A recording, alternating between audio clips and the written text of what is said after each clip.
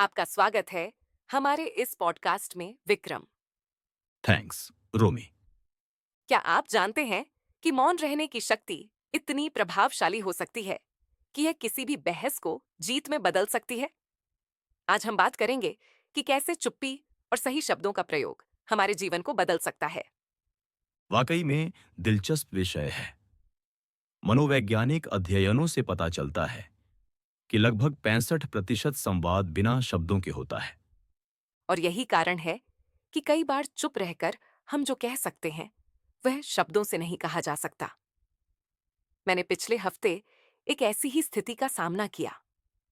हम क्या आप हमारे साथ वह अनुभव साझा कर सकती हैं?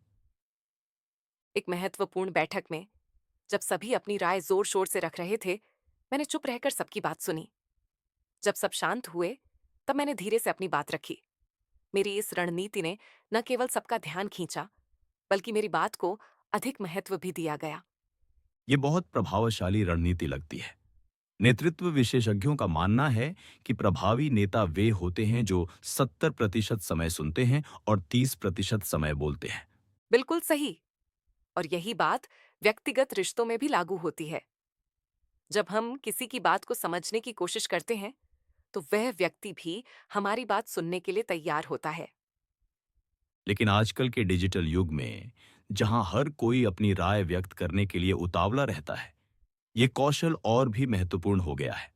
हाँ, सोशल मीडिया पर एक अध्ययन के अनुसार 80% विवाद तुरंत प्रतिक्रिया देने के कारण होते हैं। अगर लोग थोड़ा रुक कर सोचें, तो ज्यादातर विवाद टाले जा सकते हैं। और यही कारण है कि कहा जाता है कि शब्द हथियार नहीं होते, अगर उनमें समझ हो। बिल्कुल। मैं आपको एक और उदाहरण देती हूँ। मेरी एक सहकर्मी थी जो हमेशा आक्रामक तरीके से बात करती थी। मैंने उनके साथ धैर्य से काम लिया और धीरे धीरे उनकी भावनाओं को समझने की कोशिश की।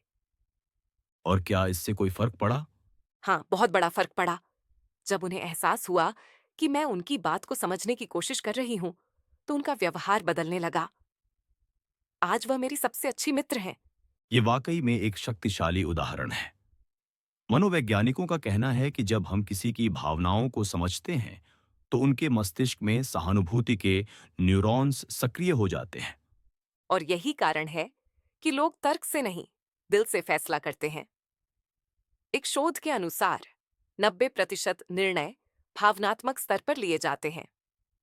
तो क्या आप मानती हैं कि यह कौशल सीखा जा सकता है? बिल्कुल। यह एक ऐसा कौशल है जिसे अभ्यास से विकसित किया जा सकता है। मैं हमेशा कहती हूं कि पहले सुने, फिर समझें और अंत में बोलें। और इस तरह से हम बेहतर संबंध बना सकते हैं, चाहे वह व्यक्तिगत हो या व्यावसायिक।